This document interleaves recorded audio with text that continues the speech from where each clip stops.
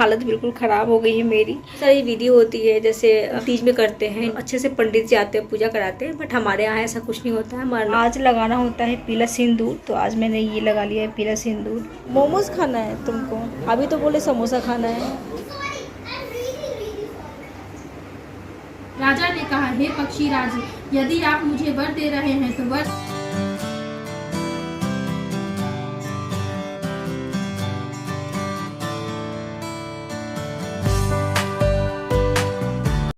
Hello everyone, welcome back to my new vlog. कैसे हो आप लोग? आई होप आप सब बहुत अच्छे होंगे। तो आज है जीतिया और मेरा जो व्लॉग है ना वो थोड़ा लेट जा रहा है क्योंकि मैंने बहुत लेट एडिटिंग की है। और पतिदेव सुबह सुबह बैठ गए हैं सब्जी लेके, सब्जी काट रहे हैं वो। और सुबह सुबह मैं उठी थी सरगी खाने के लिए। मैंने सोचा भी था कि आज ना मैं थोड़ा सा रिकॉर्ड करूँगी और आप लोगों के साथ शेयर करूँगी कि मैं क्या खा रही हूँ। और सुबह जैसे मैं उठी 3:15 का मैं अलार्म लगाई थी और कैसे कैसे करते करते ना मैं 3:30 में उठी हूँ। और जैसे ही मैं उठी हूँ ना मुझे इतना ज़्यादा वॉमिटिंग हुआ है ना, मेरी तबीयत सुबह ही बिगड़ गई। और सरगी मैंने बिल्कुल भी नहीं खाया। थोड़ा सा जो कहते हैं ना कि विधि करना है तो वो बस मैंने खाया है, कुछ भी खाने की इच्छा नहीं हो रही थी।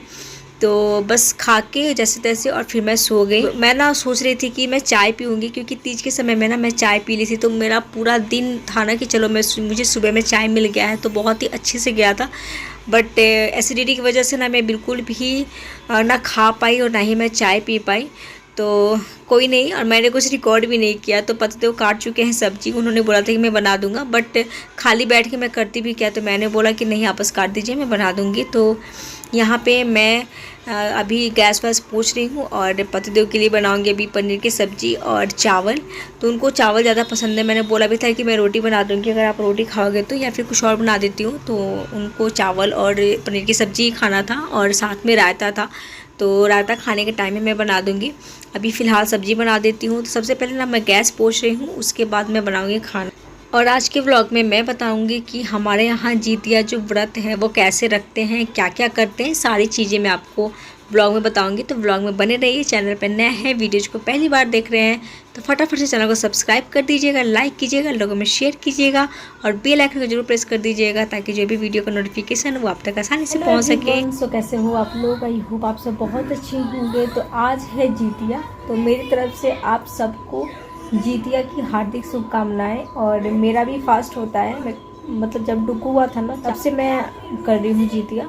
तो आज मेरा भी फास्ट है। आपको पता है कि जीतिया भी है वो निर्जला व्रत होता है, कुछ भी ये पानी का एक बूंद भी नहीं होता है। मैं सब्जी खाने के लिए उठी थी 3:30 में, 3:15 का अलार्म लगाई थी मैं कि 3:15 में मैं उठ जाऊँगी और 3:15 में मैं उठ जाऊँगी और उसके बाद से फिर खा के मैं सो जाऊँगी। क्योंकि खाने का तो मन होता नहीं है सुबह में, थोड़ा सा मतलब ऐसा होता है ना कि बिल्कुल थोड़ा सा विधि करना होता है, बट करना होता है, थोड़ा बहुत खाना होता है। तो मैं ये बोल रही थी कि ना हालत बिल्कुल ख़राब हो गई है मेरी, क्योंकि मतलब ऐसा नहीं कि निर्जला व्रत के कारण, मेरे साथ ये हुआ ना कि मैं सुबह जब सरगी खाने के लिए उठी ना अब तो मुझे बहुत ज़्यादा वॉमिटिंग हुआ। तो मैं सरगी बिल्कुल भी नहीं खा पाई हूँ।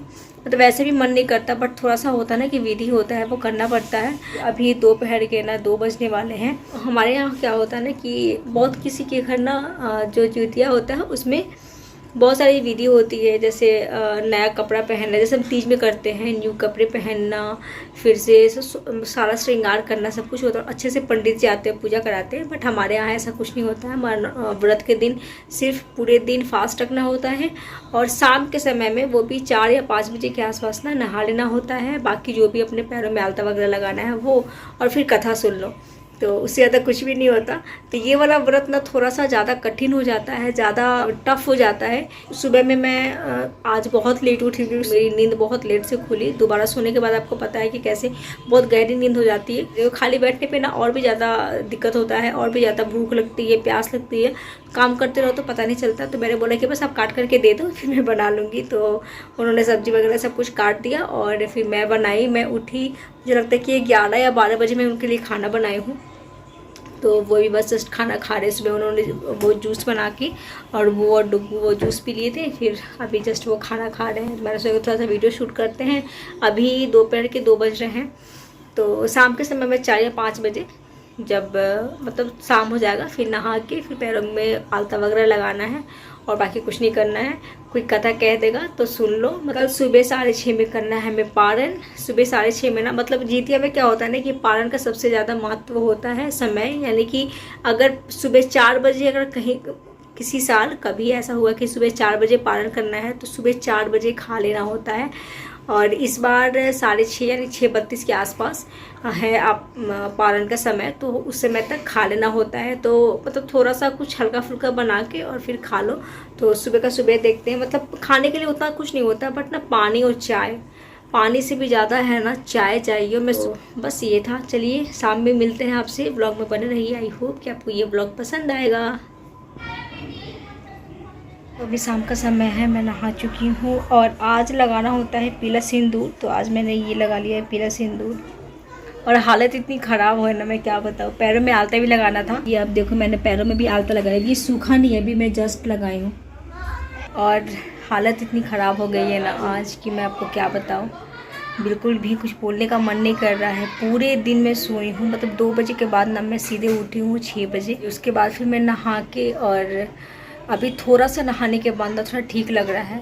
बस अभी मैं ना भी हस्बैंड को बोल रही थी कि चलिए थोड़ा सा कहीं से बाहर से घूम के आते हैं, क्योंकि बाहर से घूम के आते हैं, क्योंकि घर में बैठे बैठे भी ना थोड़ा सा अजीब सा हो जाता है। थोड़ा बाहर घूम के आएंगे और हरा सब्जी में कुछ नहीं है तो वो भी लेकर आएंगे, थोड़ा घूम भी लेंगे। और कैसा हो जाता है ना फास्टिंग में चेहरा, मतलब पूरे दिन बिना पानी के निर्जला व्रत, इतना कठिन व्रत है ना। ये जितिया जो है ना वो मेरे लिए बहुत ज़्यादा टफ हो जाता है। पता नहीं क्यों, मतलब गर्मी होती है इसलिए, तीज में भी होती है, बट पता नहीं मन में हो सकता है कि वो बैठ गया है कि हाँ तीज बहुत, जितिया जो है बहुत ज़्यादा कठिन है। इसलिए मैंने कल लगाया था नेल पेंट, बट ये ना हट गया है। काम में कर रही थी वो पूरा हट गया। अभी मैं लगाऊंगी, पैर का थोड़ा सूख जाए फिर मैं लगाऊंगी, हाथों में भी लगा लूँगी। और न्यूड इसलिए लगाती हूँ ना क्योंकि डुगू को जाना होता है स्कूल लेने, और डेली वेयर में लाल लाल बहुत ज़्यादा वो लगता है, तरक भरक लगता है, इसलिए मैं जनरली न्यूड लगा लेती हूँ। बाकी कोई नहीं, बाकी मैं लगा लेती हूँ रेड वगैरह भी। तो अभी मैं हस्बैंड को बोल रही थी कि चलिए बाहर से थोड़ा घूम के आते हैं। तो अभी वो बाहर गए हैं, आएंगे तो फिर हम थोड़ी देर में निकलेंगे, थोड़ा घूम के आएंगे, थोड़ा अच्छा लगेगा। तो ये था मेरा आज का ब्लॉग। देखते हैं, अगर मैं बाहर जाऊँगी तो शूट करूँगी, वरना मोमोज़ खाना है तुमको। अभी तो बोले समोसा खाना है, क्या खाना है बता दो। पापा मोमोज़ मंगा लीजिए, मोमोज़ खाना है। सो गाइस, तो हम आ चुके हैं थोड़ी देर के लिए बाहर। तो मैं बैठे बैठे ना बहुत बोर हो रही थी, और कितना देर ही फ़ोन देखूँ टीवी देखूँ। तो मैं बोली हस्बैंड को कि चलिए थोड़ा सा घूम के आते हैं और आप लोग बाहर कुछ खा भी लीजिएगा। और डुगू को खाना था मोमोज़, तो मैं भी आ गई हूँ इन लोगों के साथ। हम तीनों आ गए हैं बाहर, थोड़ा सा घूमेंगे, थोड़ा अच्छा लगेगा, और डुगू भी कुछ खा लेगा और ये भी कुछ खा लेंगे, क्योंकि मेरा फास्टिंग है तो ये लोग कुछ बाहर से ही खा लेंगे। और यहाँ पे डुगू खा रहा है मोमोज़। और कहते हैं ना कि त्यौहार में ना ऐसा नहीं लगता है कि हाँ, मतलब सामने दिखता है सब कुछ लेकिन मन नहीं करता खाने का। मेरा बिल्कुल भी मन नहीं करता, बट ना मुझे ज़्यादा बेचैनी ना चाय के लिए होता है और पानी के लिए होता है। पानी के लिए भी ठीक है, बट मुझे अगर चाय मिल जाए ना तो मेरा पूरा दिन बन जाता है। बट सुबह भी नहीं पी पाई थी चाय। और जैसे ही घर पे आई तभी अंजलि का कॉल आया है कि पूजा, क्योंकि इनके यहाँ ना पूजा बहुत ही अच्छे तरीके से होता है। आप देखो पूरा प्रॉपर जैसे होता है ना, जैसे तीज में हम नए कपड़े पहनते हैं, प्रॉपर पूजा पाठ होता है, वैसे होता है। तो उनका कॉल आया और हस्बैंड बोले कि चले जाओ, कि थोड़ा सा ना वहाँ जाने के बाद थोड़ा मिलोगी और अच्छा लगेगा, पूजा पाठ होगा, तुम भी देख लोगी और कथा सुन लोगी।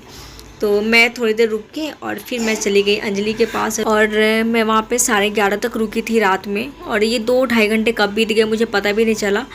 तो यहाँ पे बहुत ही अच्छे से ये लोग पूजा कर रहे हैं। मैं भी कथा सुनूंगी, आरती होगा, फिर मैं जाऊँगी घर पे। तो क्या आपके घर भी इस तरीके से पूजा होता है, मुझे ज़रूर बताइएगा। और साथ में प्याज और साथ में हरी वाली चटनी खाना।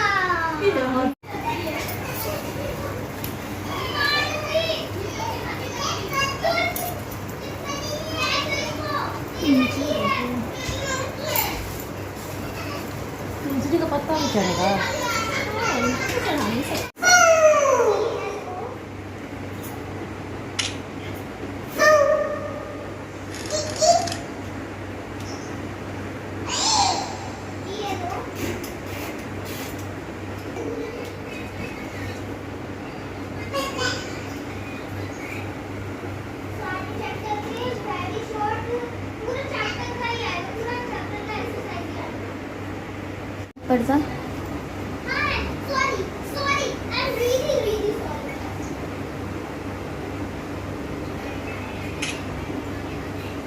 वर मांगो।